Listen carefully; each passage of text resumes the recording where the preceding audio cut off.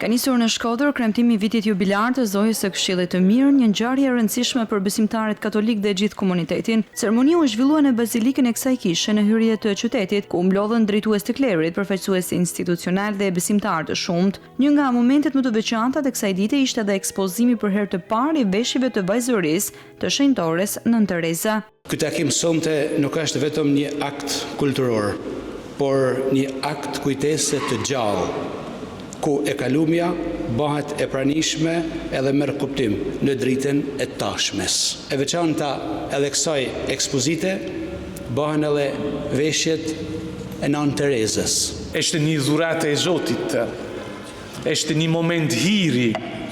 Atëherë të gjithë jemi të angazhuar, do të angazhohemi të rizbulojmë besimin tonë dhe në mënyrë të veçantë devotshmërinë që kemi ndaj Zojës së Këshillit të Mirë. È molto toccante di vedere come Është shumë emocionuese të shikosh se si kjo bazilik dhe shpirti i Zojës së kësaj bazilike është i shpërndar me të gjithë në këtë botë.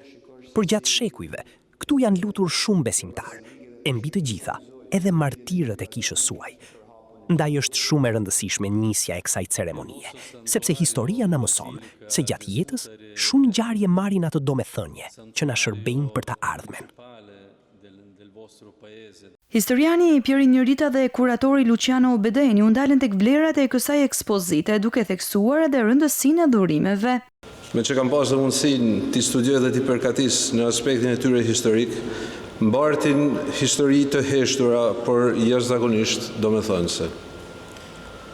Shumë prej tyre janë ruajtur me guxim gjatë viteve më të errta të diktaturës komuniste, veçanërisht nga viti 1967 deri në vitin 1990, një periudhë kur feja u ndalua dhe çdo shej e saj u përndoq me ashpërsi. Njerëzit ju përgjigjen bindshëm thirrjes për të sjellë reliket që ata i kanë ruajt në familjet e tyre.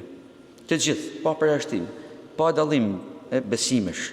Një pjesë në këtë kishë të mbrëmshme ne vendosim ta rikthenim ose ti përngjasonte shtëpive karakteristike të Shkodrës apo kullave të Malësisë. Ekspozita dhe aktiviteti në kuadër të 130 vjetorit të Zojës së Këshillit të Mirë pritet të vijojnë duke sjellë më pranë publikut historinë, besimin dhe trashëgiminë shpirtërore të kësaj figure, si dhe të këtij vendi të shenjtë. E në mend mi bie se Zoja e Shkodrës jam unë.